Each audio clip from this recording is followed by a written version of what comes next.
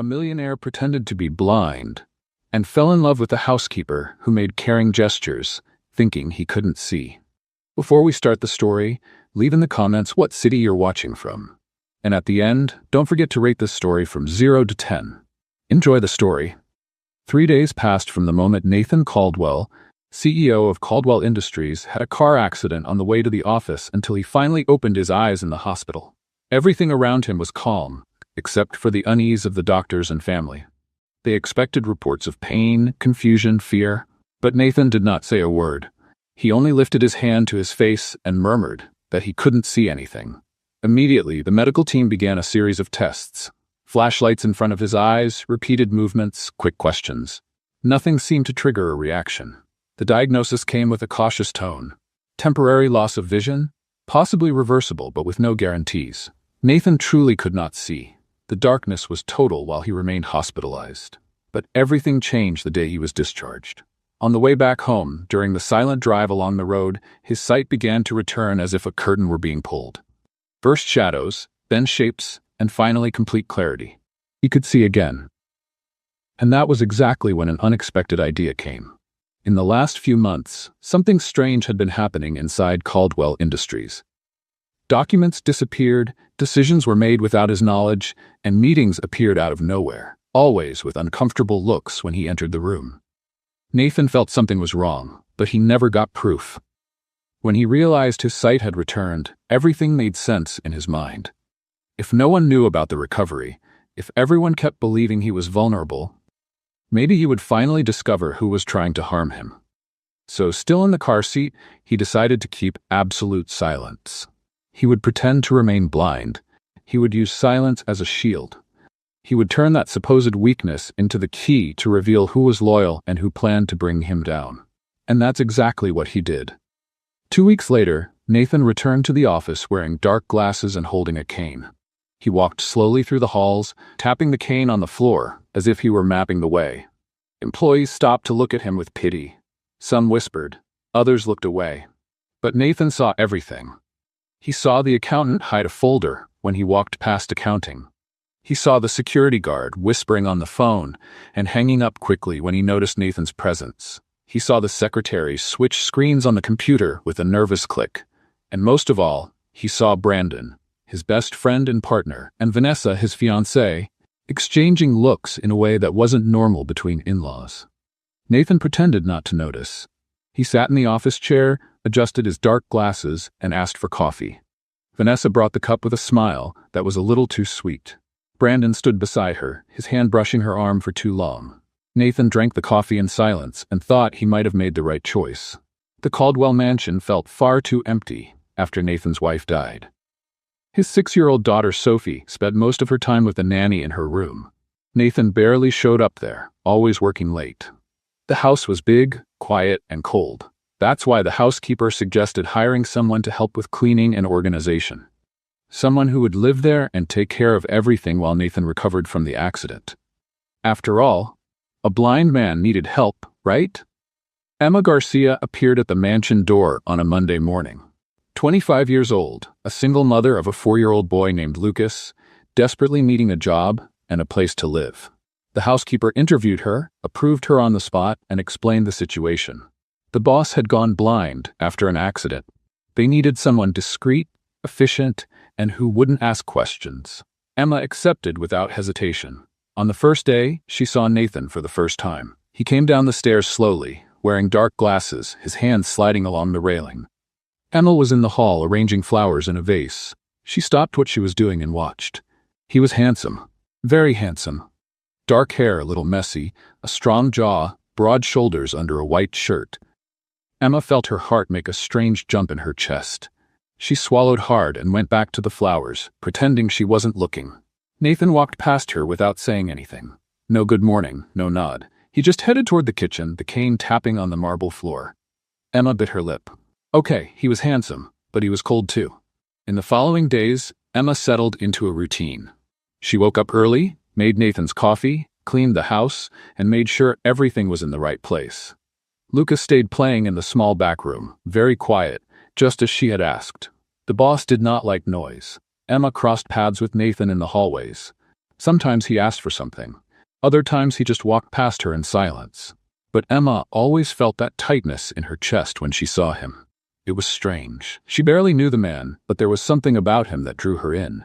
Maybe it was the loneliness he carried, or maybe it was simply the fact that he was absurdly handsome even when sullen.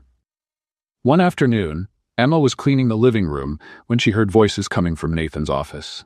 She recognized his voice, then a male voice she had heard before, Brandon, the partner, and a female voice too sweet to be sincere, Vanessa, the fiancée. Emma did not want to snoop, but the door was ajar. She kept wiping the furniture slowly, trying not to make noise. Brandon was talking about important papers. Vanessa laughed and said that Nathan trusted them. And Nathan, with that deep voice, replied that yes, he would sign whatever was necessary. Emma frowned. Something in the tone of that conversation did not sound right. That was when the door opened suddenly. Brandon came out first, straightening his tie with a wide smile.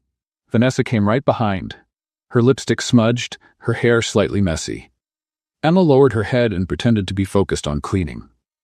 But she saw Brandon's hand brush Vanessa's waist. She saw the way the two looked at each other. She saw the knowing smile they exchanged before going down the hallway. Emma felt her stomach turn. She did not know Nathan well. They had barely talked.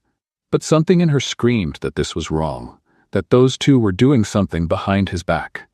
And he, thinking he was blind, could not see it.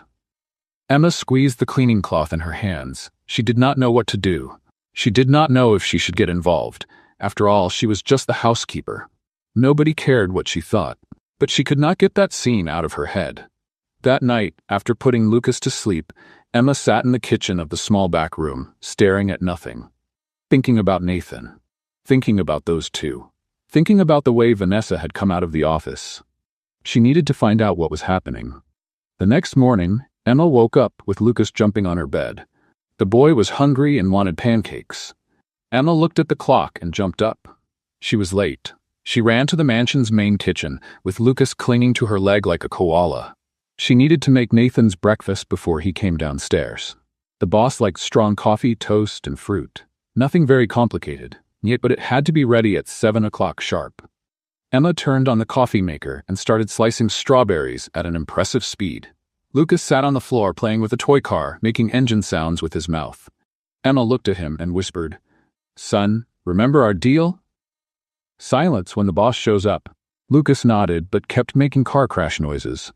Emma rolled her eyes and went back to cutting the fruit. That was when she heard footsteps coming down the stairs. Nathan was coming.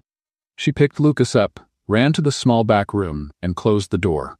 She returned to the kitchen in 3 seconds, fixed her hair, and pretended everything was under control. Nathan walked into the kitchen wearing dark glasses and carrying a cane. Emma held her breath. Every time she saw him, she felt that strange tightness in her chest. It was ridiculous. She barely knew the man. "Good morning, Mr. Caldwell. The coffee is ready." Nathan only nodded and sat at the table. Emma served the coffee, set the toast and fruit in front of him, and stood there, not knowing whether she should leave or wait. That was when the mansion's doorbell rang. Emma looked at Nathan, who did not move. Of course, he was waiting for her to answer. Emma ran to the door and opened it. On the other side were Brandon and Vanessa. They came in without asking permission, as if they owned the house. "Is Nathan in the kitchen?" Brandon asked, straightening his tie.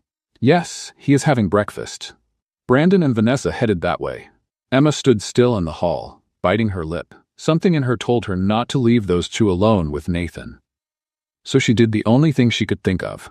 She followed them. She walked into the kitchen quietly and pretended to be cleaning the counter. Nathan was still seated, having his coffee. Brandon pulled out a chair and sat next to him. Vanessa stood, leaning on the counter, with a smile on her face. "Nathan, we need you to sign some papers today." Brandon took a folder from his bag and set it on the table. "It is about the share transfer we talked about yesterday." Emma stopped cleaning and looked at the scene.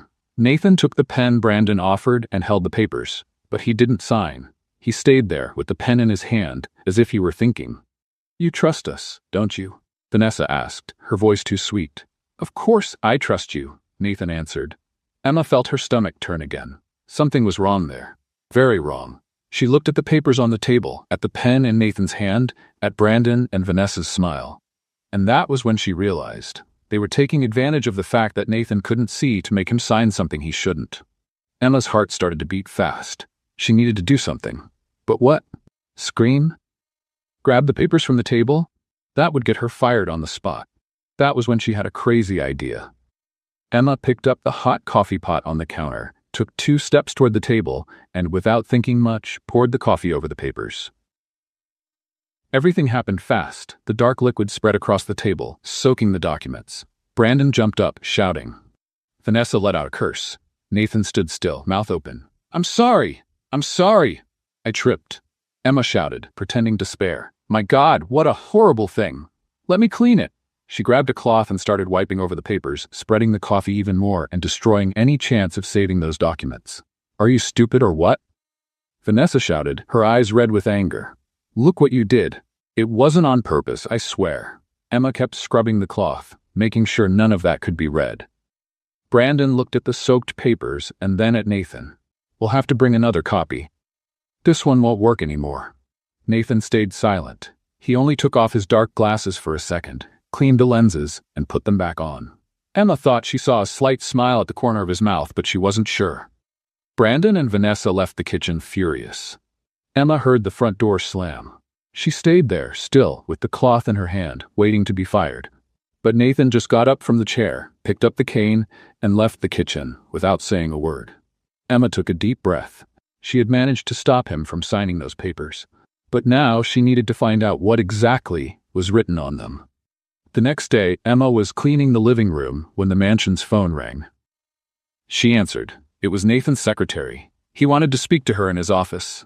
Now, Emma's heart raced. That was it. She was going to be fired.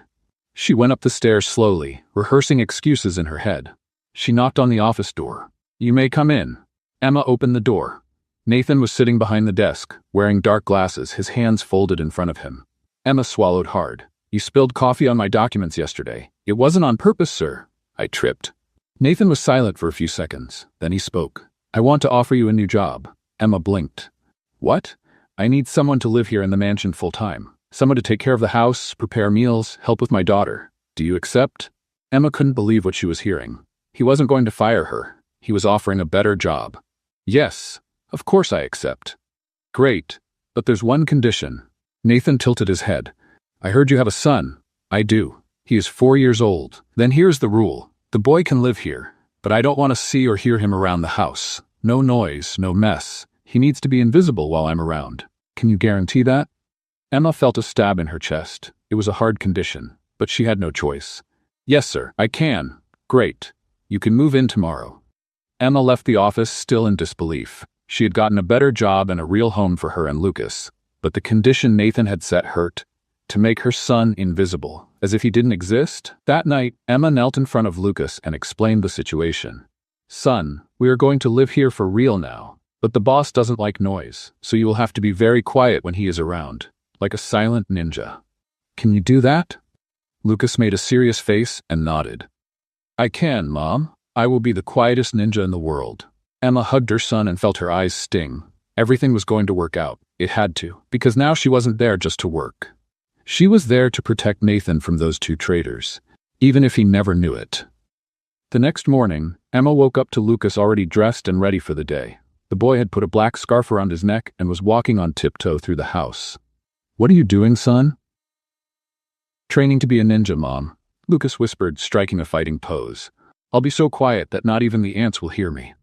Emma held back a laugh. Great, champ, but take off that scarf before you melt from the heat. The move to the mansion's quarters was quick. Emma and Lucas had few belongings.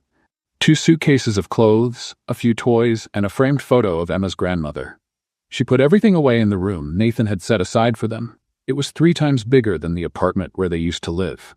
Lucas ran back and forth, testing the echo of his voice. Son, remember the rule. Lucas covered his mouth with his hands and nodded. Emma took a deep breath. This was going to be harder than she had imagined. In the late afternoon, Emma went to the kitchen to prepare dinner. Nathan had asked for something light. She decided to make grilled chicken with vegetables. Simple but well made. While she was seasoning the meat, she heard small footsteps behind her. She turned and saw a little girl standing in the kitchen doorway. Nathan's daughter, Sophie. 6 years old, blonde hair and 2 braids, a pink dress full of ruffles. The girl looked at Emma with curiosity. "Hi," Emma smiled. "You must be Sophie." The girl nodded. "Are you the new lady who's going to live here?" "I am. My name is Emma." Sophie came into the kitchen and sat on a tall stool. "Do you know how to make cookies?" Emma blinked. "Yes, I do." "Then can you teach me?" "The nanny never wants to make cookies with me. She says it makes too much of a mess." Emma looked at the girl. There was sadness in those big eyes, a sadness that did not fit a 6-year-old child. "Of course I can teach you. How about tomorrow afternoon?" Sophie's face lit up. "Really? Do you promise?" "I promise." Sophie jumped off the stool and ran out of the kitchen. Emma stayed there thinking. That girl lived in that huge mansion and barely had anyone to play with. The nanny didn't give her attention, and Nathan, from what Emma had seen, hardly spoke to his daughter. It was far too sad. The next day, Emma kept her promise. She called Sophie to the kitchen, and the two of them started making chocolate cookies. The girl was radiant. She mixed the ingredients with such enthusiasm that flour flew everywhere. That was when Lucas appeared in the kitchen doorway. He had heard the laughter and couldn't resist. Emma signaled for him to be quiet, but Sophie had already seen him. "Who is that boy?" Emma swallowed. "This is Lucas, my son." "You have a son?" Sophie ran to Lucas. "Hi, do you want to make cookies with us?"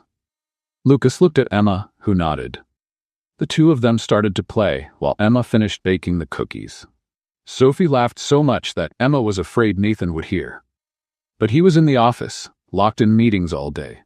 When the cookies were ready, Emma put some on a plate and decided to take them to Nathan. She went up the stairs, knocked on the office door, and went in. Nathan was sitting behind the desk, wearing dark glasses, leafing through papers. "I brought cookies, sir." "I just made them." Nathan raised his head. "Thank you." Emma set the plate on the desk and was about to leave when he spoke. "Did you make these cookies by yourself?" "No, sir. I made them with Sophie. She helped me." Nathan fell silent. Emma waited, not sure if she should keep talking. "My daughter rarely goes into the kitchen. Today she did, and she had a lot of fun." Nathan picked up a cookie and took a bite. Emma saw a strange expression pass over his face, as if he were remembering something far away. "They're good." "Thank you, sir." Emma left the office and went down the stairs. She couldn't explain it, but she felt she had just touched a wound Nathan hid very well. His relationship with his daughter was far too cold, far too distant, as if he were afraid to get close. In the following days, Emma set a routine in the mansion. She woke up early, prepared Nathan's coffee, took care of the house, played with Sophie, and kept Lucas hidden whenever the boss appeared. Lucas took the ninja mission seriously. He hid behind doors, walked on tiptoe, and spoke only in whispers when Nathan was around. But Emma started doing something she didn't quite understand herself. When Nathan walked through the living room and she thought he wasn't looking, she blew kisses in the air. When he went up the stairs, she made a heart with her hands. When he had coffee, she gestured like a devoted fan, laughing to herself at her own foolishness. After all, he was blind. He couldn't see any of that. Or at least, that's what Emma thought. Nathan saw everything. Every kiss blown into the air, every heart made with her hands, every muffled giggle. And for the first time in a long time, he felt something thaw inside his chest. That woman was ridiculously funny, and far too sincere for her own good. One afternoon, Emma was cleaning the living room when she heard the doorbell. She opened the door and came face to face with Brandon and Vanessa. "Again, we came to talk to Nathan." Brandon walked in without waiting for an invitation. "Is he here?" "He's in the office." They went upstairs. Emma stood still in the hall, biting her lip. Those two would not give up. She needed to find out what they were planning. So she did what any desperate person would do. She went up the stairs after them and pressed her ear to the office door. "Nathan, we brought new documents." Vanessa said, her voice sweet. "Documents the clumsy employee won't destroy this time." Emma felt her blood boil. Clumsy? She had saved Nathan from signing those papers. "You need to sign today, Nathan." Brandon insisted. "It's for the good of the company." Emma heard the sound of papers being placed on the table. Her heart raced. She couldn't let that happen again. But what to do? Spill coffee again? They would suspect it. That was when she had a brilliant idea. Or maybe just a desperate one. Emma ran down to the kitchen, grabbed the portable fire alarm that was kept in the cabinet, and went back to the hallway. She pressed the button. The alarm started to blare at a deafening volume. "Fire! Fire!" Emma shouted, knocking on the office door. "Everyone needs to get out now." The door opened. Brandon was red with anger. What fire? There's no fire. There is. In the kitchen. Emma pointed to the stairs. Go out quickly. Vanessa ran downstairs. Brandon hesitated, looked at the papers on Nathan's desk, but ended up following Vanessa. Nathan stood still, wearing dark glasses, not moving. Mr. Caldwell, you need to get out. Emma held his arm. Nathan let her guide him out of the office. When they reached the garden, Brandon and Vanessa were looking around, searching for signs of smoke. There was nothing. Where is the fire? Brandon shouted. Emma faked confusion. I swear I saw smoke in the kitchen. It must have been a short in the stove. Vanessa snorted. You are completely incompetent. Emma lowered her head, pretending to be ashamed. But inside she smiled. She had managed to stop Nathan from signing those papers again. Brandon and Vanessa left furious. Nathan stood in the garden, saying nothing. Emma was beside him, holding her breath. You are very creative with emergencies, Nathan said, his voice neutral. Emma swallowed hard. I'm sorry, sir. I really thought I saw smoke. Nathan turned his face toward her. Even behind the dark glasses, Emma felt he was looking straight at her. Thank you. Emma blinked. For what? For taking such good care of this house. Nathan went back into the mansion, leaving Emma alone in the garden. She stayed there, confused, her heart beating fast. He knew. Somehow, Nathan knew she was protecting him. And Emma was sure that changed everything. That night, Emma couldn't sleep. She tossed and turned, thinking about the way Nathan had thanked her. There was something different in that tone of voice. Something that left her confused and at the same time excited. The next morning, Emma woke up determined to find out exactly what Brandon and Vanessa wanted Nathan to sign. She needed concrete proof. She couldn't keep just getting in their way without really understanding what was happening. She went down to the kitchen and started making coffee. Sophie showed up still in her pajamas, dragging a teddy bear. Good morning, Emma. Good morning, Princess. Did you sleep well? More or less. I had a dream that Lucas and I were superheroes. Emma smiled. And did you save the world? No. We just ate ice cream while flying. Emma let out a laugh. Lucas showed up right after, already dressed as a ninja again. The two children sat at the table and Emma served pancakes with honey. That was when Nathan came downstairs. Emma held her breath. He wasn't wearing dark glasses. His eyes were blue, deep, and seemed to look straight at her. Emma felt her face grow warm. Good morning, Mr. Caldwell. Nathan didn't answer.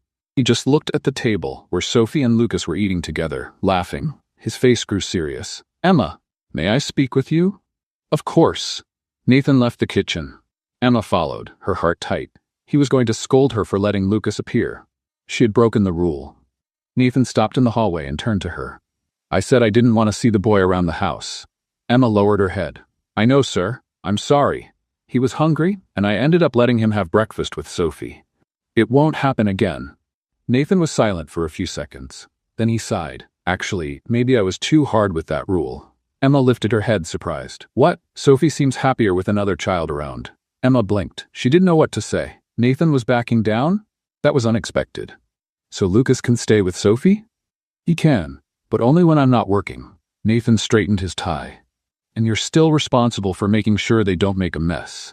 You can count on me, sir. I'll keep an eye on both of them.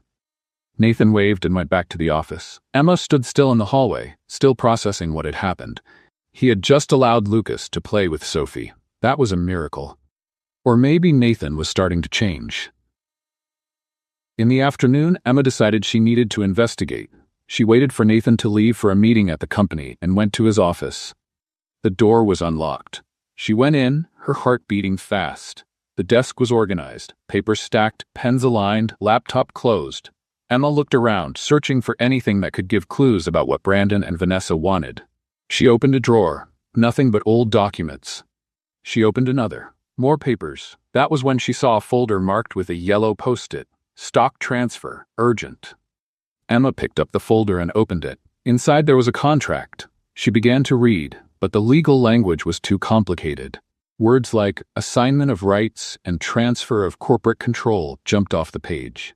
Emma frowned. That seemed serious. She took her phone out of her pocket and photographed the pages. Then she put everything back in place and left the office in silence. She needed to show that to someone who understood business. But who? That night, Emma was in the kitchen preparing dinner when the doorbell rang. She wiped her hands on the apron and went to answer it. On the other side was a woman of about 50, gray hair and a bun, gentle smile. Hi dear, I'm Helen, the cook at the Morrison mansion. The neighbors here. I came to bring a welcome cake. Emma smiled. How kind. Thank you.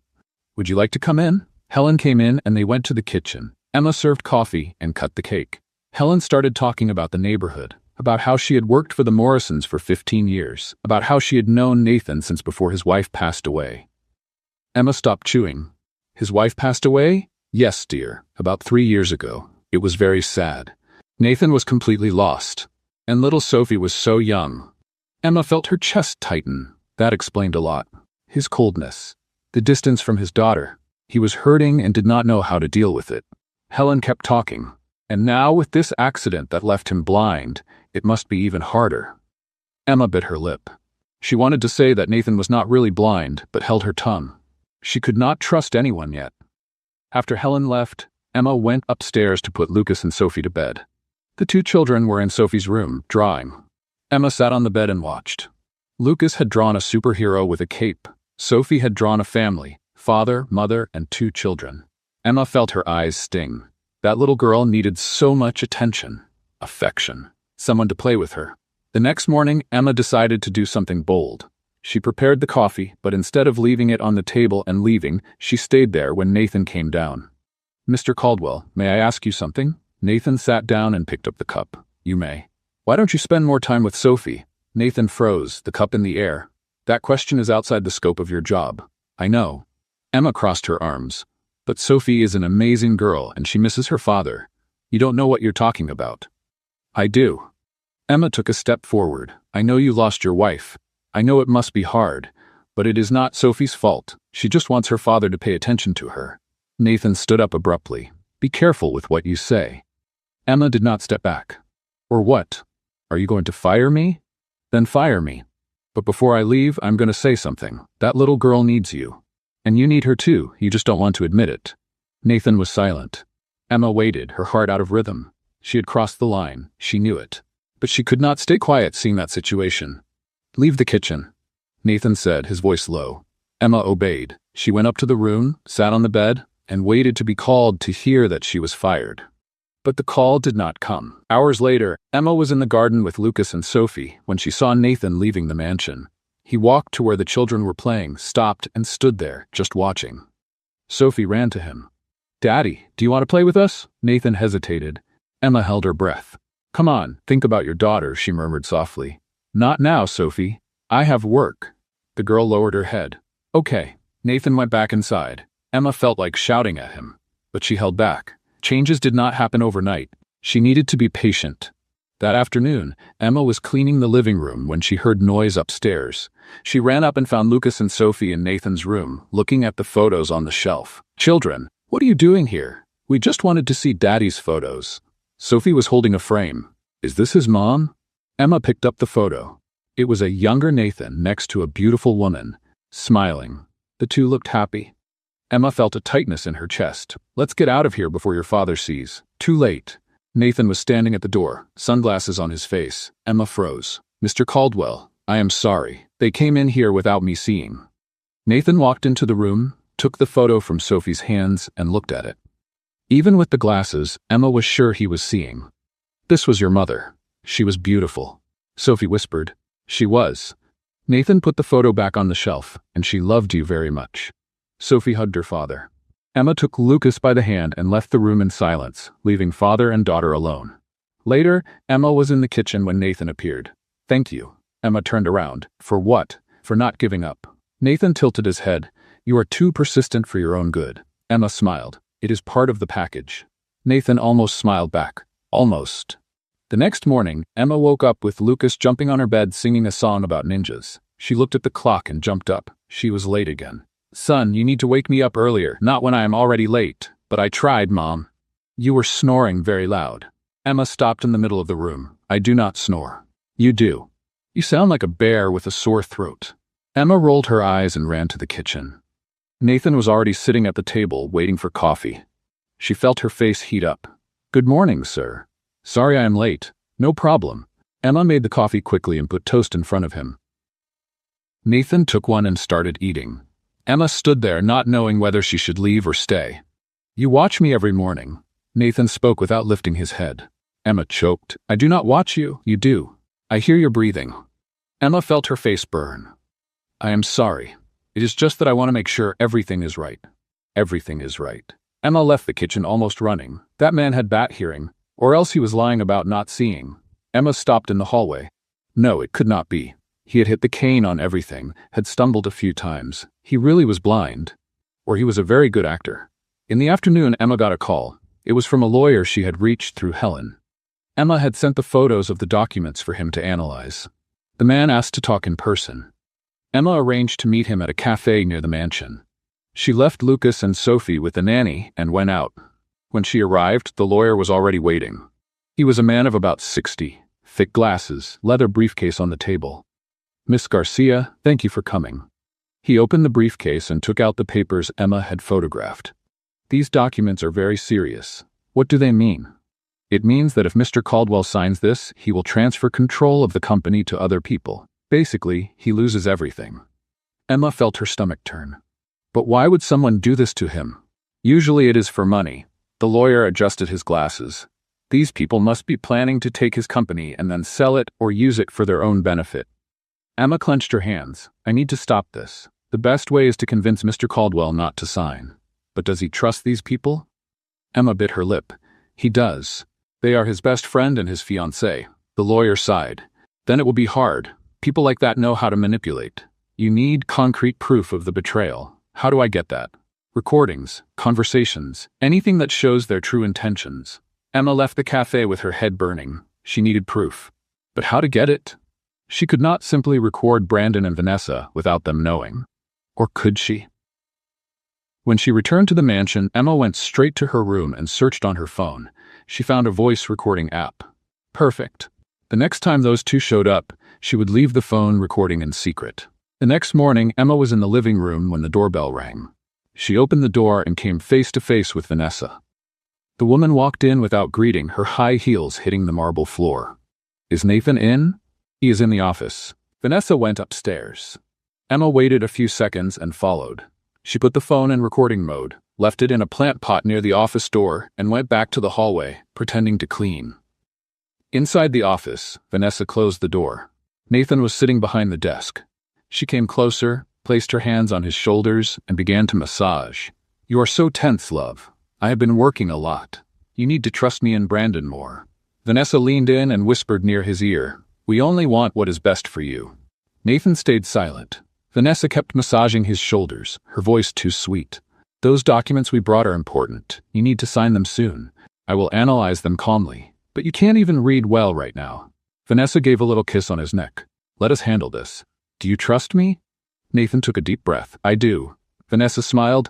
Great, then sign tomorrow. She left the office. Emma had gone back to the living room and pretended to be fixing pillows. Vanessa passed by without looking and left. As soon as the door closed, Emma ran to the vase and took out her phone. She had recorded everything. She listened to the conversation twice. Vanessa was clearly manipulating Nathan. But was that enough proof? Emma wasn't sure. She needed more. That afternoon, Emma was in the garden with Lucas and Sophie when Nathan appeared. He walked over to where they were and stopped. Emma held her breath. May I sit? Of course, sir. Nathan sat on the wooden bench. Sophie ran to him and climbed onto his lap. Daddy, Emma said she is going to make chocolate cake today. Do you like chocolate cake? I do. Then come eat with us. Nathan hesitated. Emma saw the inner struggle on his face. All right, I will. Sophie shouted with joy and ran back to play with Lucas. Nathan stayed sitting next to Emma. The two were silent for a few minutes, just watching the children. You are trying to turn me into a better father, Nathan said suddenly. Emma smiled. I am trying to make you see that you already have an amazing daughter. You just need to pay attention to her. It's not that simple. Why not? Nathan took off his dark glasses and cleaned the lenses. Emma saw his blue eyes for the second time. They were sad but beautiful. Because every time I look at her, I see her mother, and it hurts too much. Emma felt her chest tighten. I understand, but Sophie is not to blame for that, and she needs her father. I know. Nathan put his glasses back on. I'm trying. Emma put her hand on his shoulder without thinking. That is a start. Nathan looked toward her hand. Emma realized what she had done and quickly pulled her hand away. I'm sorry. You do not need to apologize. They were silent again. Emma felt her heart beating fast. It was getting harder and harder to pretend she didn't feel anything for that man. He was complicated, closed off, difficult. But there was something about him that drew her like a magnet. That night, Emma made the promised chocolate cake. She set the table, called Nathan, Sophie, and Lucas. The four of them sat together for the first time. Sophie would not stop talking, telling stories about school, about the drawings she had made, about the dog she wanted as a gift. Nathan listened in silence, but Emma noticed that he was paying attention. From time to time, he asked a question. Sophie lit up every time her father showed interest. Lucas also joined the conversation, talking about his ninja training. Nathan almost smiled when the boy showed a fighter's pose. After dinner, Emma took the children to sleep. When she came back, Nathan was still in the living room, sitting on the sofa. She was going to go up to her room when he called her. "Emma," she stopped. "Yes, sir?" "Thank you for dinner. It had been a long time since I sat at the table with my daughter." Emma smiled. "It was a pleasure. And thank you for taking such good care of her. I like Sophie. She is special." Nathan nodded. Emma was going to go upstairs again when he spoke again. "And you, as well." Emma froze. "What? I like having you here. You brought life to this house." Emma felt her face grow warm. "I'm glad to help." Nathan stood up and walked toward the stairs. Emma stayed standing in the living room, her heart racing. Had that been a compliment? A thank you? Or something more? She didn't know, but one thing was certain: it was getting harder and harder to keep her distance. And by the way Nathan had spoken, he was feeling it too. Emma went up to her room, lay down on the bed, and stared at the ceiling. She needed to control herself. Nathan was the boss. She was the employee. She couldn't mix things up. But the heart doesn't understand logic, and hers was beating stronger and stronger for that complicated, reserved, and strikingly handsome man who pretended to be blind.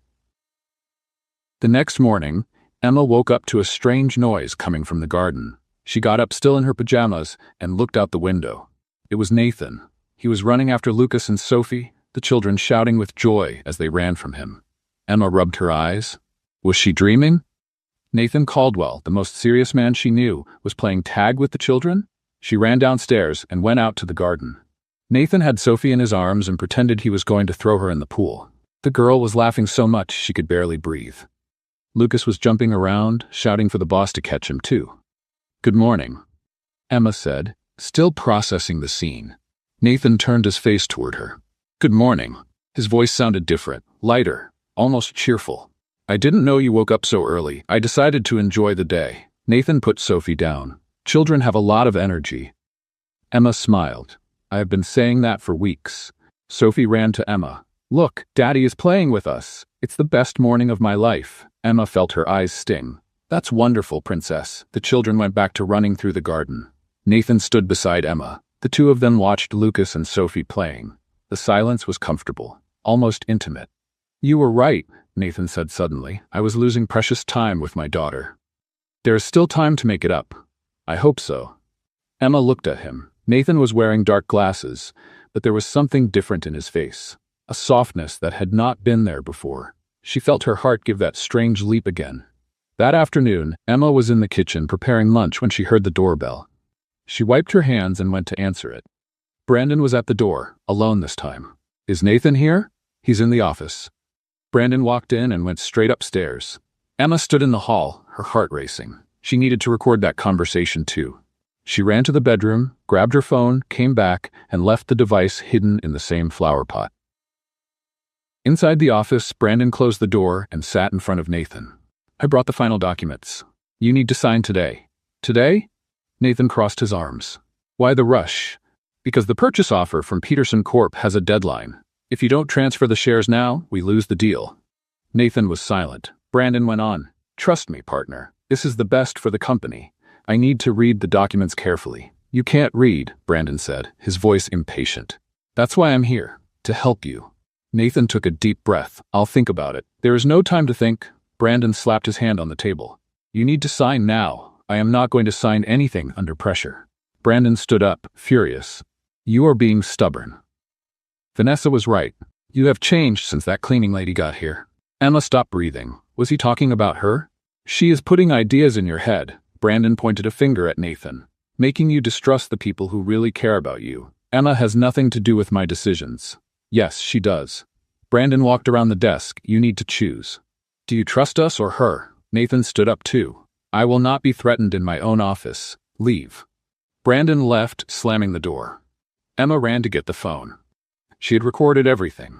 That was gold. Brandon had talked about Peterson Corp., about selling the company, about pressuring Nathan. It was the proof she needed. When Nathan came down for lunch, Emma served the food in silence. He ate without saying anything. Emma noticed he was tense, different from the cheerful morning in the garden. Mr. Caldwell, is everything all right? Nathan put down his fork. No, it's not. Do you want to talk about it? I don't know whom to trust anymore. Emma sat in the chair beside him. You can trust me. Nathan turned his face toward her. Why do you care so much? Emma bit her lip. Because you deserve honest people around you, and because I care about Sophie. Only about Sophie? Emma felt her face grow warm. No. I care about you too. Nathan was silent. Emma stood up quickly. I will get dessert. She spent the rest of the day avoiding Nathan. She felt she had said too much, revealed too much. He was the boss. She was the employee. She needed to keep her distance. But at night, when she was putting Lucas to bed, there was a knock at the bedroom door. Emma opened it. Nathan was there, without a cane, without dark glasses. Emma choked. Mr. Caldwell, I need to talk to you. Emma stepped into the hallway and closed the door. Did something happen? Nathan took a step closer. I heard you in the kitchen the other day. Emma's eyes widened. Heard what? You talking with someone about the documents. About protecting me. Emma felt the ground disappear under her feet. I can explain. There's no need. Nathan took another step. I know you are trying to help me, and I know you found something out about Brandon and Vanessa. How do you know? Because I also suspect them, Nathan tilted his head. And because I saw you putting the phone in the flower pot to record the conversations. Emma stopped breathing. You saw? But you are blind, Nathan smiled. No, Emma, I'm not. Emma felt her legs shake. What? I have pretended to be blind since the accident. To find out who was betraying me. Nathan took the dark glasses from his pocket and showed them. These glasses are transparent. I see everything. Emma leaned against the wall. So you saw me. Blowing kisses into the air? Making hearts with your hands? Yes, I saw everything. Emma covered her face with her hands. I want to die. Nathan laughed. It was the most sincere thing anyone has ever done for me. Emma lowered her hands. You're not angry? Angry? Nathan came even closer. I'm impressed. You spilled coffee on important documents, invented a fire, recorded conversations, all to protect me. I didn't want you to lose the company, and I don't want to lose you. Emma felt her heart stop. How? Nathan held her face with both hands. You brought life to this house. You brought joy to my daughter, and you brought something I thought I had lost forever. What? The will to live. Emma felt her eyes burn. Mr. Caldwell. Nathan. Call me Nathan. Nathan, Emma whispered. I don't know what to say. Then don't say anything. Nathan tilted his head and Emma closed her eyes, waiting for the kiss. But it didn't come. She opened her eyes. Nathan had taken a step back. I'm sorry. I shouldn't have done that. Why not? Because you work for me, and I don't want you to feel pressured. Emma took a step forward. I don't feel pressured. Are you sure? Absolutely. Nathan smiled. That beautiful smile Emma had seen so few times. Then can we try again? Emma nodded. Nathan held her face again, and this time, the kiss happened. It was gentle, careful, full of unspoken promises. When they pulled apart, Emma was out of breath. Wow. Nathan laughed. Wow is a good way to put it. Emma rested her forehead against his. And now? Now we're going to expose Brandon and Vanessa. Nathan held her hand. Together. Together. Emma repeated. And for the first time since she had arrived at that mansion, Emma felt she was exactly where she should be. The next morning, Emma woke up thinking she had dreamed it all. The kiss, the reveal, the fact that Nathan wasn't blind. But when she went down to the kitchen, he was there, without dark glasses, smiling. Good morning, Nathan said, his blue eyes fixed on her. Emma felt her face grow warm. Good morning. She was still processing this new Nathan, the one who smiled, the one who could see, the one who had kissed her. Are you going to stand there or make coffee? Emma blinked. Oh yes, coffee, of course. She turned on the coffee maker with trembling hands. Nathan came up behind her and whispered in her ear. Relax, I'm still me. Emma turned around. But you're not blind. I'm not. And you can stop calling me sir. Nathan smiled. Especially after what happened yesterday. Emma covered her face. Don't remind me of that. Why? It was good. It was great. Emma admitted. But now I don't know how to act. Act normal. Nathan held her hand.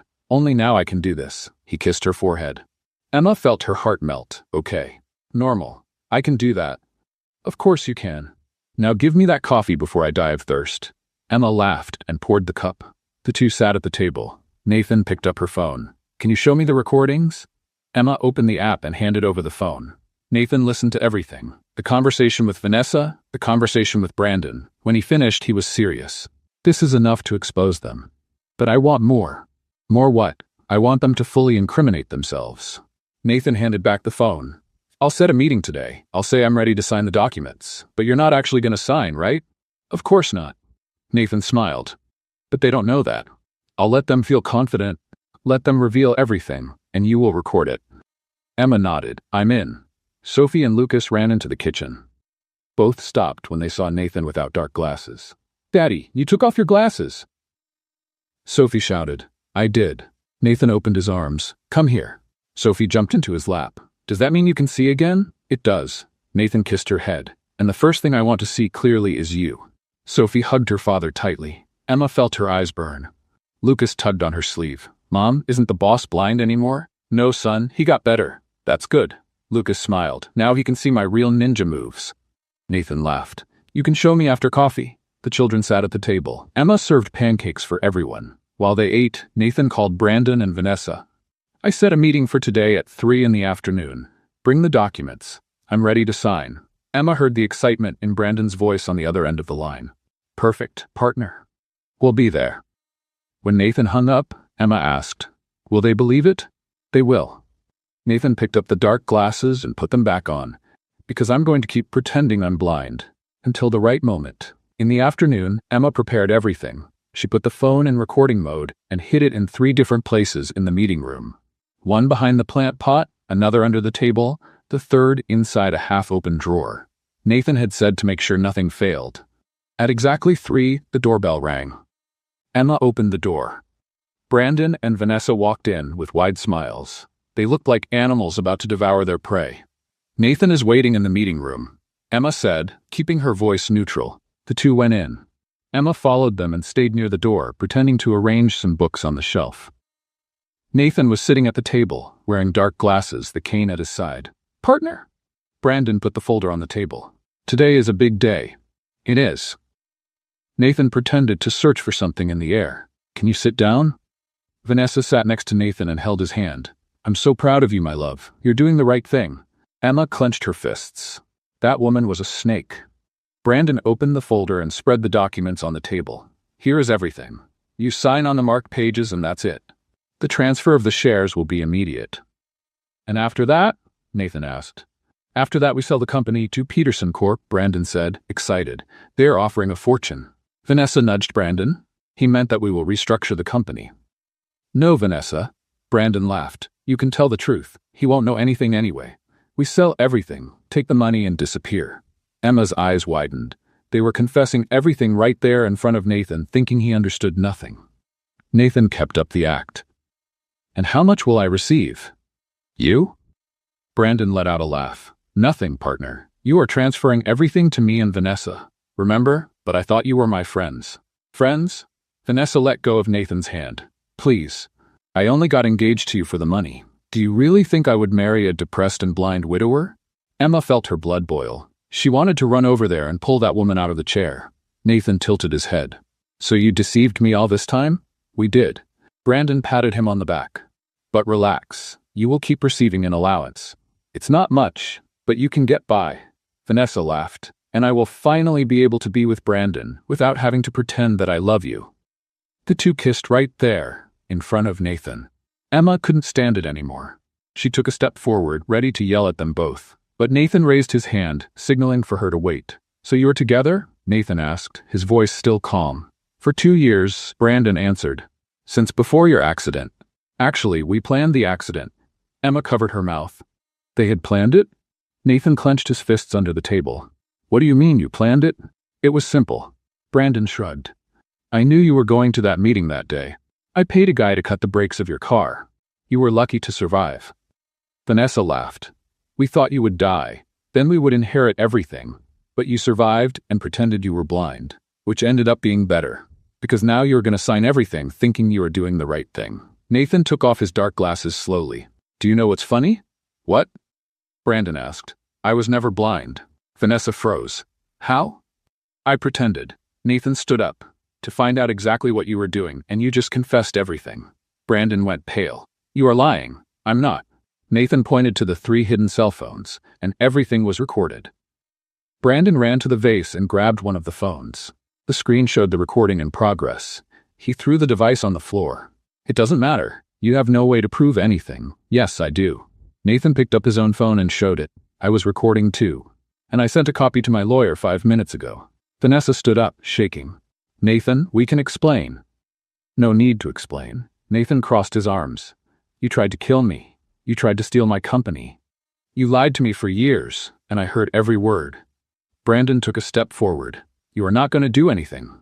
You love me like a brother. I did, Nathan corrected him. But you betrayed that trust, and now you will pay for it. Emma appeared beside Nathan. Besides the recordings, I have copies of the fraudulent documents you brought, and a record of all the times you came here to pressure him. Vanessa looked at Emma with hate. You. This is your fault. You turned him against us. No. Emma took a step forward. You did that yourselves. I only protected him. Nathan held Emma's hand, and she did an excellent job. Brandon still tried to argue. Nathan, think carefully. We have been friends for 20 years. A friend does not try to kill a friend. Nathan pointed to the door. Get out of my house. Now, you are going to regret this. Vanessa shouted. The only thing I regret is having trusted you. Nathan picked up his phone. Now leave before I call the police. Brandon and Vanessa ran out. Emma heard the door slam. She stayed in silence beside Nathan, both of them taking deep breaths. It's over, Nathan whispered. It's finally over. Emma held his face. Are you okay? I am, Nathan smiled. Mostly because you were here with me. I always will be. Nathan kissed her. This time it was more intense, more desperate, as if he had been holding back for a long time. When they pulled apart, Emma was out of breath. Is it over now? She asked. Now it is. Nathan rested his forehead against hers. And we can start something new. Something new, Emma repeated, smiling. I like that. That night, Emma could not sleep. She kept turning in bed, thinking about everything that had happened. Brandon and Vanessa had tried to kill Nathan. They cut the brakes on his car. This was much more serious than she imagined. The next morning, Emma went down to the kitchen and found Nathan already awake, talking on the phone with the lawyer. She made coffee in silence while she listened to parts of the conversation. Yes, I have all the recordings. Nathan spoke seriously. I want them to be prosecuted. Attempted murder, fraud, everything. When he hung up, Emma served the coffee and sat beside him. How are you? Relieved. Nathan held her hand. For the first time in months, I feel like I can breathe. Will the lawyer be able to arrest them? He will. The evidence is solid. Nathan drank the coffee, and the company is safe. No one else can take it from me. Emma smiled. I am happy for you. Sophie and Lucas ran into the kitchen. They were both dressed as superheroes, with capes made from sheets tied around their necks. We are the Thunder Duo, Lucas shouted. We came to save the world. Sophie struck a hero pose. And eat pancakes. Heroes need energy. Emma laughed. Of course. I will make pancakes for the saviors of the world. While she made breakfast, Emma watched Nathan playing with the children. He pretended to be the villain, running through the kitchen while Sophie and Lucas tried to catch him. His laughter filled the house in a way Emma had never heard before. Got you, evil villain. Lucas jumped on Nathan's back. Nathan pretended to fall to the floor. Oh no! I was defeated by the Thunder Duo. Sophie climbed on top of him too. Now you are going to jail. Emma served the pancakes at the table. Thunder Duo, come eat before it gets cold. The children ran to the table. Nathan got up and went to Emma. Thank you for the pancakes. For everything. Nathan kissed her forehead. For bringing joy to this house. For reminding me what it is like to be happy. Emma felt her face warm. You are very affectionate today. I am enjoying it. Nathan smiled. I spent too much time pretending not to feel anything. In the afternoon, Emma was cleaning the living room when the mansion's phone rang. It was Helen, the cook next door. Emma, dear, can I come over for coffee? I need to tell you some news. Of course, Helen. Come whenever you want. 20 minutes later, Helen was sitting in the kitchen with a cup of coffee and a piece of cake. She had a mischievous smile on her face. So, Emma, I heard some interesting rumors. What kind of rumors? That you and Nathan are together. Emma almost choked on her coffee. Who told you that? No one told me. Helen laughed. But I saw you two yesterday in the garden. That kiss was not between a housekeeper and a boss, dear. Emma covered her face. We are trying to keep it discreet. Discreet? Helen tapped the table. The most closed-off man in the neighborhood is smiling like a fool in love. Everyone will notice. Do you think it is very obvious? Obvious? Dear, Nathan had not smiled since his wife died. Now he is humming in the garden. Of course it is obvious. Emma laughed. Okay, maybe we are not very discreet, and you do not need to be. Helen held her hand. You are good for him, and for that girl too. Sophie is happier than I have ever seen. Thank you, Helen. Now tell me everything. How did you two get together? Emma told the whole story. The spilled coffee, the fire alarm, the recordings, Nathan's revelation. Helen listened with wide eyes. My goodness, this story is better than a soap opera. Emma laughed. It is. And what will happen now with Brandon and Vanessa? The lawyer is taking care of it. They will be prosecuted. Serves them right. Helen crossed her arms. I always thought that Vanessa was very fake. She smiled too much. That afternoon, Nathan called Emma to the office. When she went in, he was standing in front of the window, looking at the garden where Sophie and Lucas were playing. We need to talk. Nathan spoke without turning around. Emma felt her heart tighten. About what? About us. Nathan turned. About what we are doing. Emma swallowed hard. Are you sorry? No. Nathan took a step forward. But I need to be honest with you. About what? About how much I want you. Nathan held her face. About how much you changed my life. About how afraid I am of ruining everything. Emma placed her hands over his. You will not ruin anything. How are you so sure? Because I want you to. Emma smiled, and because we will figure this out together. Nathan kissed her. It was a long, intense kiss, full of promises. When they separated, Emma was trembling. I never imagined I would feel this again, Nathan admitted. After my wife died, I thought it was over for me. But it was not over, no. Nathan rested his forehead against hers. Thanks to you. Emma hugged him. The two of them stayed there in silence, just feeling each other's presence. That was when they heard the door open. Sophie was standing there, with Lucas behind her. Daddy, are you dating Emma? Nathan and Emma quickly pulled apart. Nathan cleared his throat. Well, honey, it's just that, because if you are, I think it's great. Sophie smiled. Emma is the best person in the world. Lucas nodded. It's true. My mom is amazing. Nathan knelt in front of Sophie. And you don't mind? Mind?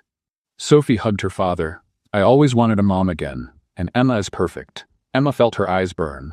Princess, can you be my mom? Sophie asked, looking at Emma. Emma knelt too and hugged the girl. It would be an honor. Lucas tugged on Nathan's sleeve. And can you be my dad? Nathan looked at Emma, who nodded. Of course I can. The four of them hugged right there in the middle of the office. Emma felt like her heart would burst with so much happiness. She had arrived at that house as a cleaner, alone, afraid of the future. And now she was building a family. That night, Nathan prepared a special dinner. He had called a chef to make Sophie's favorite menu, spaghetti with meatballs and ice cream for dessert. The table was decorated with flowers and candles. What is all this? Emma asked, surprised. It's a celebration. Nathan pulled out the chair for her to sit. We are celebrating the beginning of our family. Sophie and Lucas clapped their hands. Emma felt her eyes fill with tears again. You didn't have to do this. I did. Nathan sat next to her. You deserve it. Dinner was full of laughter. Sophie told silly jokes she had learned at school. Lucas showed his new ninja moves between one dish and another. Nathan and Emma looked at each other, smiling, happy. After the children went to sleep, Nathan and Emma stayed in the living room, sitting on the sofa. He had his arm around her, and Emma was leaning against his chest. I have never been this happy. Nathan whispered. Me neither. You know everyone is going to talk, right? The former cleaner who married the millionaire boss. Emma laughed. Let them talk. I know the truth. What truth? That I won you over with heart gestures and air kisses. Emma joked. Nathan laughed. That's exactly it. Those ridiculous and sincere gestures made me realize you were special. Ridiculous? Adorable. Nathan corrected, kissing her head. Completely adorable. Emma closed her eyes, feeling his breath, the warmth of his body, the safety of his arms. For the first time in her life, she felt she was exactly where she should be. And it didn't matter what came next. They were together now, and together they could face anything. The next morning, Emma woke up to someone jumping on the bed. She opened her eyes and saw Sophie and Lucas sitting on top of her, smiling. Good morning, Mom, they both shouted at the same time. Emma sat up, her hair all messy. Good morning, kids. What time is it? 7 in the morning, Sophie answered. Daddy told us to wake you up. He did? Emma rubbed her eyes. Why? Because he made breakfast. Lucas jumped on the bed, and he burned everything. Emma jumped up. He what? She ran downstairs to the kitchen. The scene she found was like a comedy movie. Nathan was standing in front of the stove, wearing a pink ruffled apron that must have belonged to the former cook. Smoke was coming out of a frying pan, burned eggs were spread across the counter, and there was a puddle of milk on the floor. "What happened here?" Emma asked, holding back a laugh. Nathan turned around, his face covered in flour. "I tried to make a surprise breakfast." "You did." Emma looked around. The surprise was big. The eggs ran away from me. Nathan pointed to the frying pan. "And the pancakes exploded." "Pancakes don't explode, Nathan. Mine exploded." Nathan took off the apron. "I give up. Food does not like me." Emma started to laugh. She laughed so hard she had to hold her stomach. Nathan crossed his arms, pretending to be offended. "Are you laughing at my culinary tragedy?" "I am." Emma wiped her tears. "You are the CEO of a multi-million-dollar company, but you can't fry an egg. It's a different skill." Nathan defended himself. "At the office I am in charge. In the kitchen, the food is in charge of me." Emma hugged him, still laughing. "It's okay. I cook and you manage companies, each one in their talent." Deal closed. Sophie and Lucas came into the kitchen and started laughing too when they saw the mess. Emma put her hands on her hips. "All right, everyone out. I'll clean this and make a real breakfast. I'll help clean." Nathan grabbed a cloth. "No." Emma took the cloth from his hand. "You have helped enough. Go take a shower and get that flour off your face." Nathan kissed her forehead. "Yes, ma'am." After Nathan left, Emma cleaned the whole kitchen, threw away the burned eggs, and started preparing a real breakfast. Sophie stayed to help, passing the ingredients. "Emma, can I ask you a question?" "Of course, princess. Are you going to marry my dad?" Emma stopped stirring the pancake batter. "Well, it's still early for that. But do you like him?" "I like him very much. And he likes you, so you should get married." Sophie spoke as if it were obvious. That's what people who like each other do. Emma smiled. "You're right, but marriage is a serious thing. We need to be sure, I'm sure." Sophie crossed her arms. "You're perfect for Daddy. And he smiles when he's near you." Emma felt her heart tighten. "Thank you, Sophie. You're welcome, Mom." Emma noticed that Sophie had started calling her Mom naturally, without forcing it, without thinking, and that was the most beautiful thing in the world. When breakfast was ready, everyone sat at the table. Nathan arrived with wet hair, smelling of cologne. Emma felt butterflies in her stomach. That man was far too handsome for his own good. "Now we're talking." Nathan tasted the pancakes. "This is real food, different from your explosive pancakes." Emma teased. "I'm never going to live that down, am I?" "Never." In the afternoon, Emma was tidying the bedroom when the phone rang. It was an unknown number. She answered carefully. "Hello? Emma Garcia?" a male voice asked. "Yes, that's me. This is Ryan Mitchell." Emma froze. Ryan, Lucas's father. The man who had disappeared 4 years ago and never gave any news. "Ryan? How did you get my number?" "It doesn't matter. I need to talk to you. It's about Lucas." "What about Lucas?" "I want to see him. I changed my life, Emma. I have a business, money, stability. I want to be a father now." Emma felt her blood run cold. "Now, after 4 years gone, I know I made mistakes," Ryan said, "but I want to fix them. Can I come by tomorrow?" "No." Emma answered quickly. "You can't just show up out of nowhere and want to see Lucas. I'm his father. I have rights." "Rights?" Emma felt anger rise. "You abandoned us when he was 6 months old. You never sent a single cent of support, and now you show up talking about rights? I've changed, Emma. Please, give me a chance." Emma took a deep breath. "I'll think about it. I'm not promising anything." She hung up with trembling hands. Ryan wanted to see Lucas. After all this time, what was she going to do? She went downstairs and found Nathan in the office. He noticed right away that something was wrong. "What happened?" Emma told him everything. Nathan listened in silence, his expression growing more serious. "He can't take Lucas from you," Nathan said when she finished. "He abandoned you. No judge would give him custody. But what if he wants visitation?" Emma sat in the chair, her legs weak. "What if he wants to take Lucas for weekends?" "It won't happen." Nathan took her hands. "I won't allow it." "How can you stop it? Because you're not alone now." Nathan knelt in front of her. "You have me, and I will use every resource I have to protect you and Lucas." Emma felt her eyes sting. "But he's the biological father." "So what?" Nathan wiped a tear from her face. "A father is the one who cares, who stays, who loves, not the one who abandons and comes back when it's convenient." Emma hugged him. "Thank you. Always." That night, Emma couldn't sleep. She kept thinking about Ryan, about Lucas, about everything that could go wrong. Nathan noticed she was awake and pulled her close. "Stop thinking. I can't. Then think of good things." Nathan kissed her head. "Think of us. Think of our family. Think of the future." What if Ryan wants to take Lucas away? He won't. Nathan turned her to look into his eyes. I promise I will do everything in my power to keep you safe. Emma touched her forehead to his. I love you. It was the first time she said it. Nathan was silent for a few seconds. Then he smiled. I love you too. More than I thought it was possible to love someone again. They kissed. Emma felt that no matter what came next, they would face it together. The next morning, Ryan showed up at the mansion door. Emma opened it and came face to face with him. He looked different. An expensive suit, a fresh haircut, the look of a successful man. Nothing like the Ryan she knew. Emma. He smiled. You look beautiful. What do you want? I already told you. I want to see Lucas. He doesn't want to see you. How do you know? Did you ask him? Emma crossed her arms. He doesn't even know you exist. He never asked about his father because he learned you weren't around. Ryan took a step forward. Then let me meet him. Let me explain that I've changed. That was when Nathan appeared behind Emma. Ryan looked at him surprised. Who are you? I'm Nathan. Lucas's new father. Ryan let out a sarcastic laugh. New father? You can't just replace the biological father. Yes, I can. Nathan put his hand on Emma's shoulder, especially when the biological father abandoned the child. You don't know anything about me. I know enough. Nathan took a step forward. I know you disappeared 4 years ago. I know you never paid child support. I know you never called to find out if your son was alive or dead. And now you show up wanting rights? I have rights, Ryan shouted. I'm his father. No. Nathan spoke firmly. You're just the sperm donor. A father is the one who stays, and the one who's going to stay is me. Ryan looked at Emma. Are you going to let him speak for you? He's saying exactly what I think. Emma held Nathan's hand. You're not taking my son from me. I'm not trying to take him.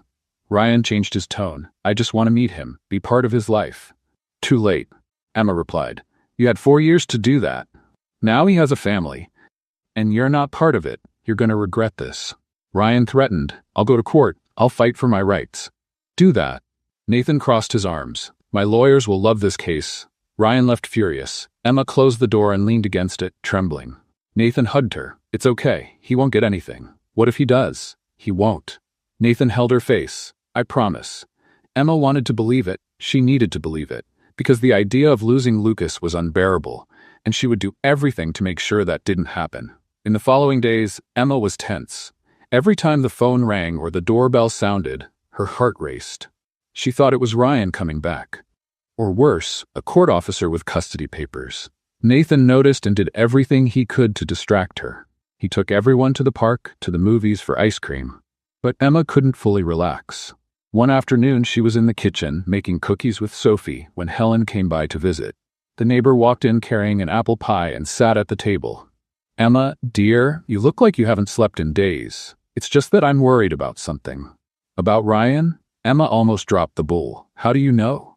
Helen laughed. Dear, in a rich neighborhood, everyone knows everything. The Morrisons' gardener saw a man arguing with Nathan at your door. The news spread. Emma sighed. He wants to take Lucas. He won't. Helen grabbed a still warm cookie. A man who abandons a child has no moral standing to ask for anything. But what if the court sides with him? It won't. Helen banged on the table. First, because he abandoned you. Second, because you have Nathan on your side now. And third, because I'll testify for you if needed. Emma felt her eyes fill with tears. You would do that? Of course. Helen held her hand. You're an amazing mother. Anyone with eyes can see that. No judge is going to take a child from a devoted mother to give him to an absent father. Thank you, Helen. You're welcome, dear. Now give me another cookie before I eat the whole bowl. That night, Emma was lying next to Nathan when he asked, Have you thought about talking to Lucas about Ryan? Emma turned to look at him. I don't know if I should. Maybe it's better he hears it from you than finds out another way. And what if he wants to meet his father? Then you let him. Nathan stroked her hair. But you make it clear that Ryan isn't going to take him away. That he keeps living here, with you, with us. Emma thought about it. Maybe Nathan was right. It was better for Lucas to know the truth. The next morning, Emma called Lucas to talk. The two sat in the garden, away from Sophie and Nathan. Son, I need to tell you something important. You're going to marry Nathan? Lucas asked, excited. Emma laughed. It's not about that. It's about your biological father. Lucas frowned. My biological father? Who is he? He's a man named Ryan. He was here a few days ago. The man who shouted at you and Nathan? You saw? I saw from the window. Lucas lowered his head. He looked angry. He was. But not because we did anything wrong. He wants to meet you." Lucas was silent. Then he asked, "Is he my real father?" "Biologically, yes, but he didn't raise you. He wasn't there." "Why not?" Emma took a deep breath. "Because he wasn't ready to be a father. He left when you were a baby, and now he wants to come back?" "He does, but that doesn't mean you're going to live with him. You're going to keep living here, with me, with Nathan and Sophie."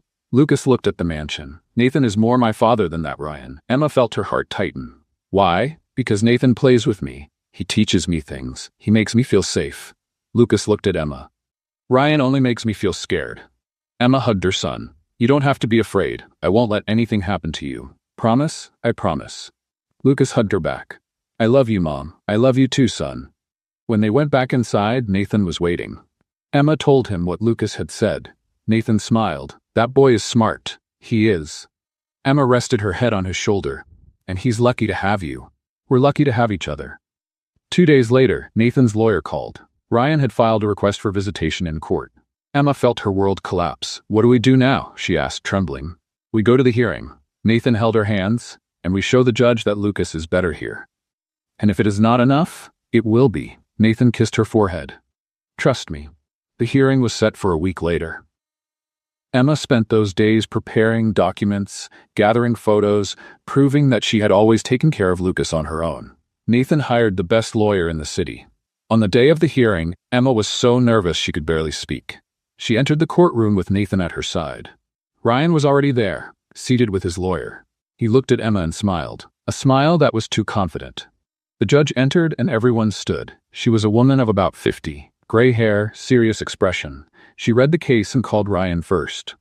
"Mr. Mitchell, why are you asking for visitation now after 4 years?" "Because I changed my life, Your Honor," Ryan said, his voice firm. "I have a business, financial stability, my own apartment. I am ready to be a father." "And why were you not ready before?"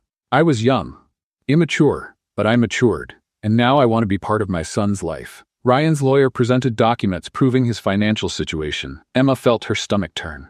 He really had money, a business, everything a father should have. It was Emma's turn to speak. She stood with shaking legs, and Nathan held her hand before she stepped forward. "You can do it," he whispered. Emma went to the front. The judge asked, "Miss Garcia, what do you have to say?" "I have to say that I have raised my son alone since he was born." Emma took a deep breath. Ryan disappeared when Lucas was 6 months old. He never paid child support. He never called. He never wanted to know if my son was alive or not. And now he shows up with money, thinking that buys the right to be a father. "I understand your position." The judge looked at Ryan.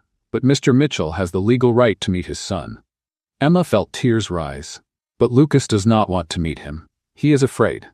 "What do you mean?" Emma told about the day Ryan showed up at the mansion, about how he shouted, about how Lucas saw everything from the window and got scared. The judge took notes. "Miss Garcia, I understand that you are protecting your son, but a biological father has rights. Even when he has been absent." Emma felt the ground disappear. Was she going to lose? Was the judge going to grant visitation to Ryan? That was when Nathan stood up. "Your Honor, may I speak?" "Who are you?" "I am Nathan Caldwell, Emma's boyfriend and Lucas's father in practice." The judge nodded. "You may speak." Nathan walked to the front with confidence. Emma noticed he had something saved, some advantage. "Your Honor, Mr. Mitchell is lying about his intentions." Nathan took an envelope from his briefcase. "I have here recordings of his conversations with third parties, where he admits that he only wants custody of Lucas to receive child support from me." Emma's eyes widened. How had Nathan gotten that? The judge took the envelope. "Are these legal recordings?" "Yes. They were made with the consent of one of the parties involved in the conversation." Nathan looked at Ryan. "Mr. Mitchell does not want to be a father. He wants money." Ryan stood up, read. "That is a lie." The judge listened to the recordings. Emma saw her expression change. It became serious, then indignant. "Mr. Mitchell," the judge said, her voice firm, "these recordings clearly show that your intentions are not noble. You said, word for word, that you will ask for support from the mother's new boyfriend as soon as you get visitation." Ryan turned pale. "I can explain." "No need." The judge struck the gavel. "Request for visitation denied. You have not shown genuine interest in the child's well-being. Case closed." Emma could not believe it. Had she won? Had she really won? Nathan returned to her side and held her hand. "It is over," he whispered. "How did you get those recordings?" "I hired an investigator," Nathan smiled. "He followed Ryan for 3 days. The fool talked too much in a bar. Emma hugged Nathan tightly. Thank you. Thank you so much. Always. Ryan left the courtroom furious. Emma did not care. He had lost, and he would never again threaten to take Lucas from her. When they returned home, Emma told Lucas everything. The boy hugged Nathan. Thank you for protecting me. I will always protect you, Nathan replied. Now you are my son too. Emma felt she could finally breathe. The threat had passed. Ryan was out of their lives, and the family was safe. A week after the hearing, life went back to normal at the Caldwell mansion. Emma woke up to the smell of coffee. Real coffee, not burned. She went downstairs and found Nathan in the kitchen, but this time he was only serving the coffee she had programmed in the automatic coffee maker the night before. Learned your lesson? Emma joked, walking into the kitchen. I learned that my skills stop at the office. Nathan smiled, and that you are much better at this than I am. Wisdom is recognizing your own limits. Nathan pulled her by the waist. Do you know what else I recognize? What? That I love you, and that I want to spend the rest of my life watching you make coffee in the morning. Emma felt her heart race. That was almost a marriage proposal. Almost. Nathan kissed her forehead. But when I really propose, it will be more romantic than this. Sophie and Lucas ran into the kitchen. Today is Saturday, Lucas shouted. Special pancake day. Emma laughed. How about you two help me make them? The children climbed onto stools and started helping. Sophie cracked the eggs. Lucas stirred the batter. Nathan leaned against the counter, just watching with a smile on his face. Aren't you going to help? Emma asked. We already learned it is dangerous to let me near the stove. Everyone laughed.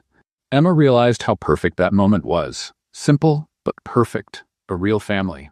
After breakfast, Nathan said he had a surprise. He asked everyone to get ready. Emma was curious, but he did not say anything. An hour later, they were all in the car. Nathan was driving, Emma in the passenger seat, the children in the back seat. They left the city and took a road lined with trees. Where are we going? Emma asked. You will see. Mysterious. Always. After 30 minutes, they arrived at a beautiful place. It was a house in the countryside, surrounded by flowered gardens, with a small lake in the back. Emma got out of the car and was speechless.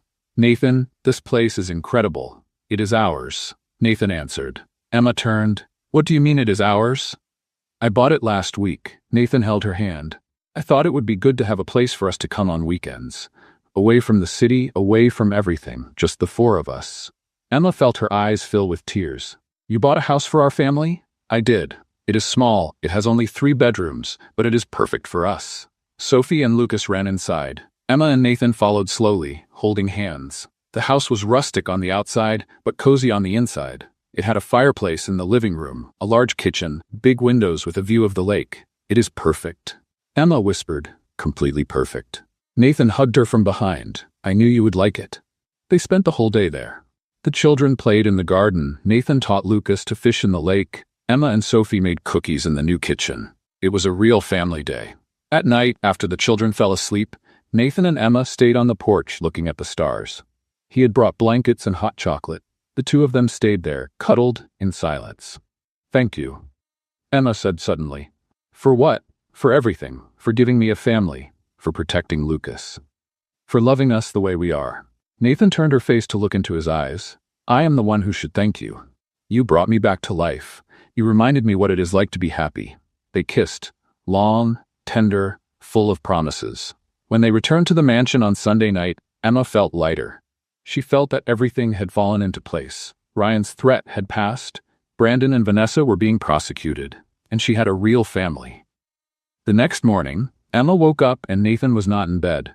She found it strange because he always woke up after her. She went downstairs and heard voices in the kitchen. When she walked in, she saw Nathan, Sophie, and Lucas dressed in elegant clothes. What is happening? Surprise, the children shouted. What surprise? Nathan came closer. Put this on.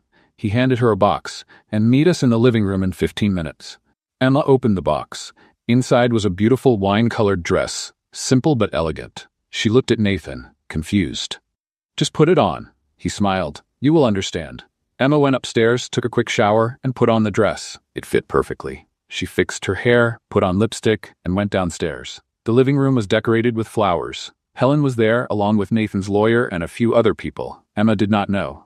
Nathan was in the center of the room, in a suit, holding a small box. When he saw Emma, he smiled. What is all this? Emma asked. Nathan knelt down.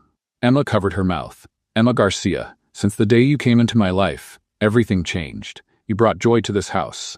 You brought love to my daughter. You brought light to my dark days. And I do not want to spend one more day without you by my side. Emma started to cry. Nathan opened the small box, revealing a beautiful ring. Will you marry me? Emma could not speak. She just nodded, tears falling. Nathan stood up and placed the ring on her finger. Then he kissed her while everyone applauded. Sophie and Lucas ran to hug them both. Helen was crying too. It was a perfect moment. I thought you said it would be more romantic. Emma joked, wiping her tears. Wasn't it? It was. Emma laughed. It was perfect. That night, after everyone left, Nathan and Emma were alone in the living room. She looked at the ring on her finger, still unable to believe it. When did you plan this? Since last week. Nathan smiled. The country house, the proposal, everything. You are amazing. I am in love. There is a difference. Emma rested her head on his shoulder. How long will we wait to get married? As long as you want. Nathan kissed her head. But I would like it to be soon. I don't want to wait to call you my wife. Emma smiled. Then let's do something small, just us, the children, and a few close people. Perfect. In the following days, Emma and Nathan planned the wedding. They decided to have it at the country house on a Saturday morning. They invited only Helen, the lawyer, and a few close employees. Sophie would be the flower girl. Lucas would be the ring bearer. Emma didn't want anything too elaborate. She only wanted to be with family. She bought a simple, white, light dress. Sophie chose a pink dress with flowers. Lucas complained about the suit, but ended up agreeing when Nathan said he would wear one too. On the wedding day, Emma woke up nervous. Not because she had doubts, but because it was real. She was going to marry Nathan. She was going to be his wife. She was going to have a real family. Helen helped her get ready. She pinned Emma's hair into a loose bun with a few strands falling on her face. She placed a white flower behind her ear. When Emma looked at herself in the mirror, she barely recognized herself. You look beautiful, dear. Helen wiped her own tears. Nathan is going to have a fit when he sees you. Emma laughed. I hope not. I don't want to be a widow before I get married. The ceremony was in the garden of the country house. There were white chairs arranged in 2 rows. An arch of flowers marked the altar. The officiant waited with Nathan at his side. When the music started, Sophie went out first, throwing rose petals. Lucas came after, carrying the rings on a little cushion. And then it was Emma's turn. She walked alone, slowly, looking at Nathan. He was in a gray suit, white tie, his eyes fixed on her, and he was smiling. That beautiful smile she had seen so few times at the beginning. When she reached the altar, Nathan held her hands. You look beautiful. You too. The officiant began the ceremony. He spoke about love, about family, about new beginnings. Emma barely listened. She was focused on Nathan, on his hands holding hers, on his eyes fixed on her. Then it was time for the vows. Nathan went first. Emma, when I pretended to be blind, I thought I was only protecting my company. But what I ended up discovering was much more valuable. I discovered you. Your sincere gestures, your big heart, your dedication. You taught me to see again, not with my eyes, but with my heart. And I promised to spend the rest of my life making you happy. Emma was crying. She wiped her tears and spoke. Nathan, when I came here, I was lost. Without direction, without hope. You gave me a home, you gave me a family, you gave me love. And even pretending not to see, you saw things in me that I didn't see in myself. You made me believe I deserved to be happy. And I promised to love you every day until the end of my life. They exchanged rings. The officiant smiled. I now pronounce you husband and wife. You may kiss the bride.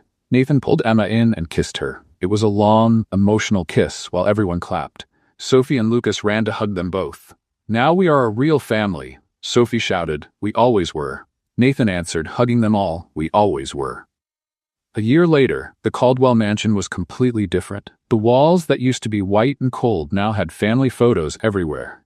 Sophie and Lucas's drawings decorated the fridge. Toys were scattered around the living room. And there was always the smell of homemade food coming from the kitchen. Emma woke up on a Saturday morning and found the bed empty. She heard noise coming from downstairs. She went down in a robe and found a scene that made her stop in the kitchen doorway. Nathan was trying to make pancakes. Again, Sophie and Lucas were around him, giving instructions. There was flour on the floor, broken eggs on the counter, and smoke coming from the frying pan. Dad, I think it burned again. Lucas pointed. Impossible. I timed it just right this time. Nathan flipped the pancake. Oh no. The pancake was black on one side. Emma walked into the kitchen laughing. You never learn, do you? Nathan turned, all covered in flour. Good morning, beautiful wife. We were making a surprise breakfast. The surprise is that the house is still standing. Very funny. Nathan tossed a bit of flour at her. Emma grabbed a handful of flour and tossed it back. Sophie and Lucas started laughing, and soon everyone was throwing flour at each other. The kitchen turned into a battlefield. When they stopped, they were all white from head to toe. Emma looked at Nathan. You know we are going to have to clean all this up, right? It's worth it. Nathan pulled her by the waist. Seeing you laugh like this is priceless. Silly. You're silly. Sophie made a disgusted face. Are you going to be kissing again? Probably, Emma joked. Lucas covered his eyes. Let me know when you're done. Nathan and Emma laughed and kissed anyway. Because now they could. Because they were a family. Because they were happy. Later, after they cleaned up the mess and Emma made real pancakes, Nathan said they needed to go out. He had another surprise. How many surprises do you have saved up? Emma asked. Endless, when it comes to you. They took the car and went downtown. Nathan stopped in front of the Caldwell Industries building. Emma looked at him, confused. Why are we here? You'll see. They went inside. The employees greeted Nathan and looked at Emma with curiosity. They went up to the top floor, where his office was. When they opened the door, Emma saw something that left her speechless. There was a new sign on the wall. Caldwell and Garcia Enterprises. What is this? Emma asked, her voice trembling. Our company. Nathan held her hands. I made you a partner. 50% is yours. Nathan, I can't accept this. Yes, you can. You deserve it. You saved me from this company. You saved me from people who wanted to destroy me. It is fair that you own half. Emma hugged him, crying. I don't know what to say. Say you accept. I accept. Of course I accept. Great, because I already had business cards made with your name. Emma laughed through her tears. You're impossible, and you love me for it. I do. When they got back home, Helen was waiting at the door with a cake. I came to celebrate. I heard you're a businesswoman now. How do you always know everything? Emma asked. I have my contacts. Helen winked. And I came to collect my wedding cake you never gave me. We got married a year ago. Exactly. I've been waiting for a year. Everyone laughed. They went in and spent the afternoon eating cake, talking, being a family. Emma looked around and could hardly believe how her life had changed. A year ago, she was just a cleaning lady desperate for a job. Now she was a wife, a mother, and a businesswoman. At night, after the children fell asleep, Nathan and Emma stayed on the porch looking at the stars. His arm was around her. What are you thinking about? Nathan asked. About how everything changed. Emma rested her head on his shoulder. When I arrived here, I thought it was just another job. I never imagined I would find a family. Me neither. Nathan kissed her head. I thought I would spend the rest of my life pretending to be blind, literally and figuratively. Good thing I spilled coffee on those papers. Best coffee I ever had. Even on the floor. Emma laughed. And to think I was making heart gestures, thinking you couldn't see me. I saw every one. Nathan turned her face to look into her eyes, and each of those gestures made me want to know you more. Made me want to be worthy of that love. You were always worthy. It took time for me to believe that. Nathan touched his forehead to hers. But you taught me. They were quiet for a few minutes. Then Emma asked, do you know what I find funniest about all this? What? You pretended to be blind to find out who was betraying you. But you ended up finding out who truly loved you. Nathan smiled. True. And it was the best discovery of my life. Weeks later, Emma was at the company when she got a call. It was Helen, very excited. Turn on the TV now. Channel 5. Why? Just turn it on. Emma turned on the office TV. It was a news report about Brandon and Vanessa. They had both been convicted of fraud and attempted extortion. Brandon got 3 years, Vanessa 2. Nathan walked into the office. Did you see the news? I did. Emma turned off the TV. It's finally over. Finally. Nathan sat in the chair next to her. Now we can focus on what matters, which is our family, our company, our life. Emma held his hand. Our perfect life. It's not perfect, Nathan corrected, but it's ours. And that's better than perfect. That night, everyone had dinner together at the mansion. Sophie talked about her dance performance at school. Lucas showed the new ninja moves he had invented. Nathan and Emma listened to everything, smiling. After dinner, Sophie asked Nathan to read her a story. He picked up a book and the four of them went to the girls' room. Nathan started reading, using different voices for each character. The children laughed. Emma watched, her heart overflowing with love. When the children fell asleep, Emma and Nathan went back to their room. She was getting ready for bed when she saw Nathan standing at the window, looking out at the garden. "What is it?" "I'm just thinking." Nathan turned around. "About how I almost lost all this because of my stubbornness. Because I didn't want to see what was right in front of me. But you did see it in the end. Thanks to you." Nathan came closer. "You didn't give up on me, even when I was cold, distant, difficult. You stayed there, caring, loving, protecting, because it was worth it." Emma held his face. "You were always worth it." Nathan kissed her. Long, intense, full of gratitude and love. When they pulled apart, Emma smiled. "Do you know what's funny? Tell me. You pretended to be blind, but ended up teaching me to see what really matters in life. Which is love, family, simplicity." Emma rested her head on his chest, the things that have no price. Nathan hugged her. "And I learned that sometimes you need to close your eyes to the surface to be able to see what truly matters in the heart." They stayed there, holding each other in silence. Outside, life went on. But inside that mansion, inside that embrace, time had stopped. Because everything they needed was right there. What did you think of Emma and Nathan's story? Leave your opinion in the comments. Rate this story from 0 to 10. What score do you give it? Subscribe to the channel and turn on the bell to follow all our stories, and take a moment to watch more moving stories by clicking here on the end screen.